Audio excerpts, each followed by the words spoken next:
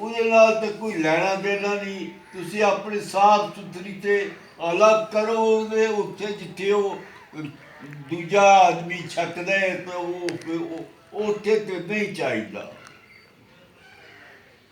ਉੱਥੇ ਤਾਂ ਬੇਅਦਬੀ ਹੁੰਦੀ ਹੈ ਨਾ। ਇਹ ਉਹਦਾ ਜਿੱਥੇ ਦਾ ਪ੍ਰਕਾਸ਼ ਦਾ ਕਮਰਾ ਸੁਰਿੰਦਰ ਉਹ ਤੇ ਅਲੱਗ ਹੋਣਾ ਚਾਹੀਦਾ ਨਾ। ਉੱਤੇ ਜਿੱਥੇ ਪ੍ਰਕਾਸ਼ ਆਵੇ ਤੇ ਉੱਥੇ ਧੂਆਂ ਹੋਵੇ ਤੇ ਉਹ ਤੇ ਦੂਜੇ ਤੇ ਮਾਮਲਾ ਉਹ ਨਹੀਂ ਠੀਕ ਹੈ।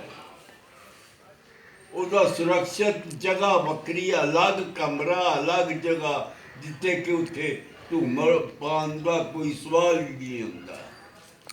ਜਿਹੜਾ ਕਰੇ ਉਹ ਕਰੇ, ਉੱਥੇ ਨਹੀਂ ਠੀਕ ਹੈ। ਉੱਥੇ ਪ੍ਰਕਾਸ਼ ਨਾ ਕਰੋ ਤੇ ਤੁਸੀਂ ਯਾਦ ਕਰੋ ਬਸ ਇਹ ਪ੍ਰਕਾਸ਼ ਕਰਕੇ ਉਹਦੇ ਵਿੱਚੋਂ ਤੁਹਾਨੂੰ ਇੱਕੋ ਹੀ ਗੱਲ ਮਿਲੇਗੀ ਬਈ ਯਾਦ ਕਰੋ, ਯਾਦ ਕਰੋ, ਯਾਦ ਕਰੋ।